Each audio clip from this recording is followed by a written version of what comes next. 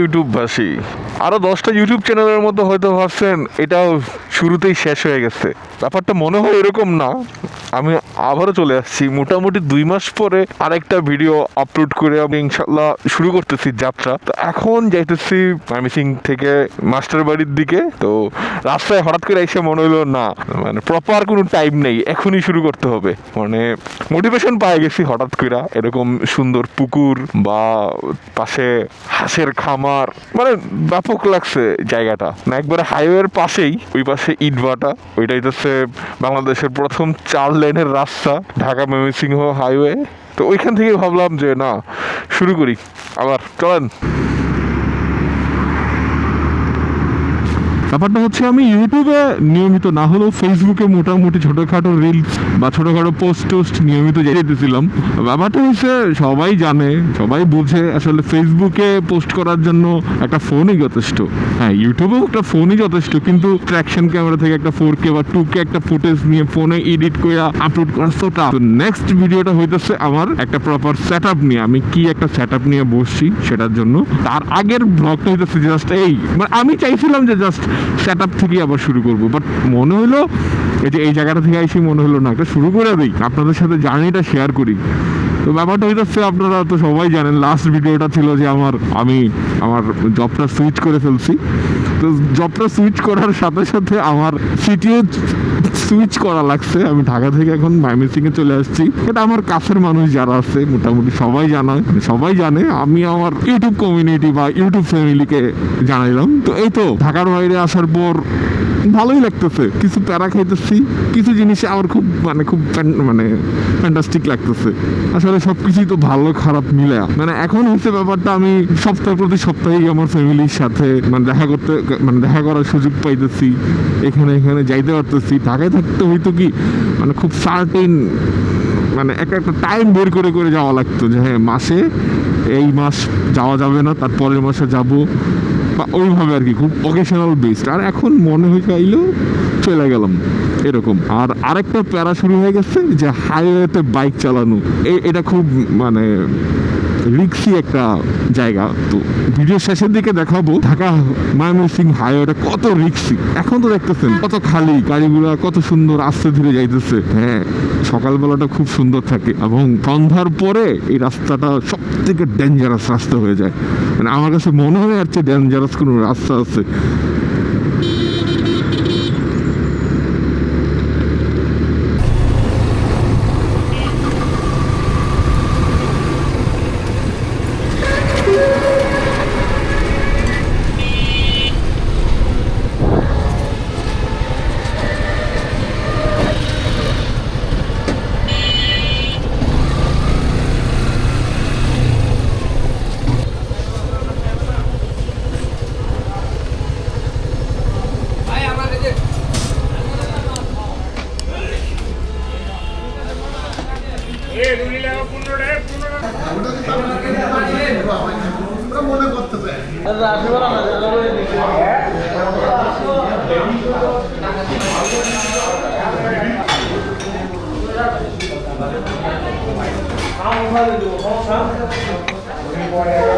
আলহামদুলিল্লাহ, সকালের নাস্তা শেষ হয়ে গেল। এখন দৌড়াই অফিসের দিকে। আরে ভাই, তো অনেক তারা, উপর দিয়ে তুলে দিচ্ছে। যাই হোক, স্ট্যান্ডে তুলছি। এখন আর অল্প একটু পথ বাকি আছে, সেটা কভার করি। ও বাহ, মানে এটা যদি চিন্তা করেন রাত্রেবেলা হলে কেমন লাগে, কেমন অস্বস্তিকর, কেমন বিরক্তিকর, একের পর এক উল্টা আসে। থাক, এখন আর কিছু না দেখাই, রাত্রের ভিডিও শ্যুট করার পর আপনাদেরকে দেখাই। হ্যাঁ, তো আমার গাড়ির ঘড়িতে 9টা 2, হাতের ঘড়ি তো সেন্সর কাজ করে না। 9টা 2, অফিসে ঢুকছিলাম 9:45, কাজ কাম শেষ করে বেরিয়েছি 9টা 2। চমৎকার। তো এইটাতে সকালেই বলছিলাম যে রাত্রেবেলা এই রাস্তার কন্ডিশন হয় সুপার ডেঞ্জারাস। উল্টা গাড়ি, খালি থাকলেও লাভ নাই, একটু রিস্ক নিতে হইব। হায়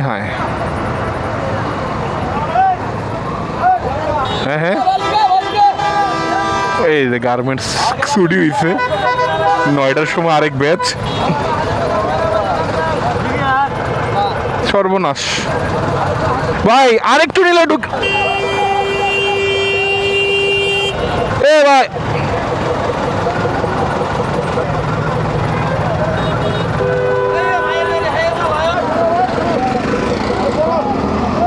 আই সর্বনাশ, আই সর্বনাশ, আই সর্বনাশ। চিপাত পড়ে গেছিলাম। ঢাকা ময়মনসিংহ রোডের এই তো কন্ডিশন, মানে জান লয়া বাড়ি ফিরেই মানে অনেক কিছু। গার্মেন্টস ছুটির পরে তো আসলে পাগল হয়ে যায়। এখন রাতে 9টা বাজে, এখন আরেক ব্যাচ বেরোইতেছে।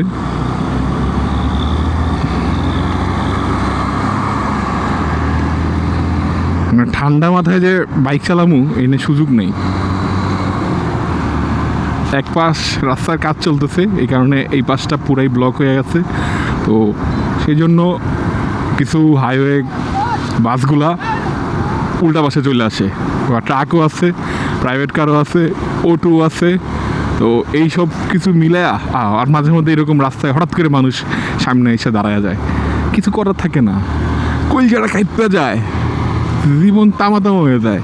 এটা কোনো ইস্যু না, 3জন 4জন উঠতেই পারে। খেয়াল রাখা লাগে রাস্তায় কোন গাড়ি কোন দিকে যাইতেছে, উল্টা পাশে কে আসতেছে, অলওয়েজ সতর্ক থাকা লাগে আর কি। রাস্তায় অলওয়েজ সতর্ক থাকাই লাগে, কিন্তু এখানে আসলে এক্সট্রা সতর্ক থাকা লাগে, মানে কয়েক গুণ সতর্কতার সামনে কয়েকটা স্টার দেওয়া উচিত, এরকম ওই ধরনের। কেটা কোন দিক দিয়ে চাপ মারে কোনো ঠিক ঠিকানা নাই।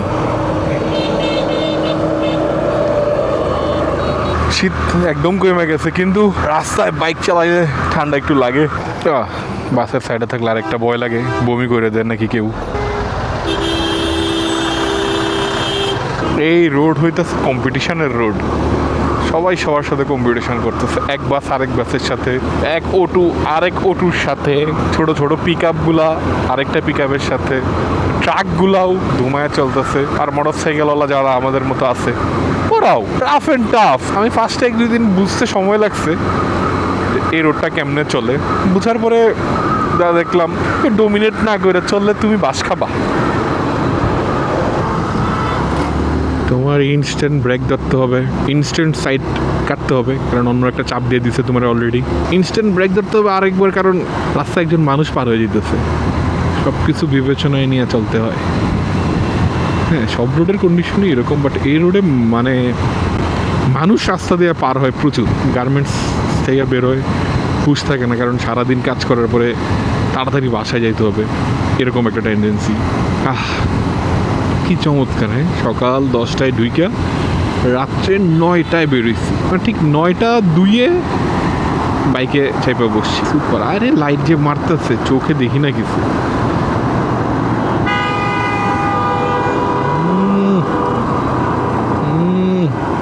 এই ভাইও কি দিকটা থামবো নাকি? এনে আবার কি দিচ্ছে? বাইকের চাকা খুলে গেছে মনে হয়। বার্গার খায়ালই ভাই আছে, ছোট বড় কোনোটা? ওর ভাই আছে, ছোট 2টা হবে?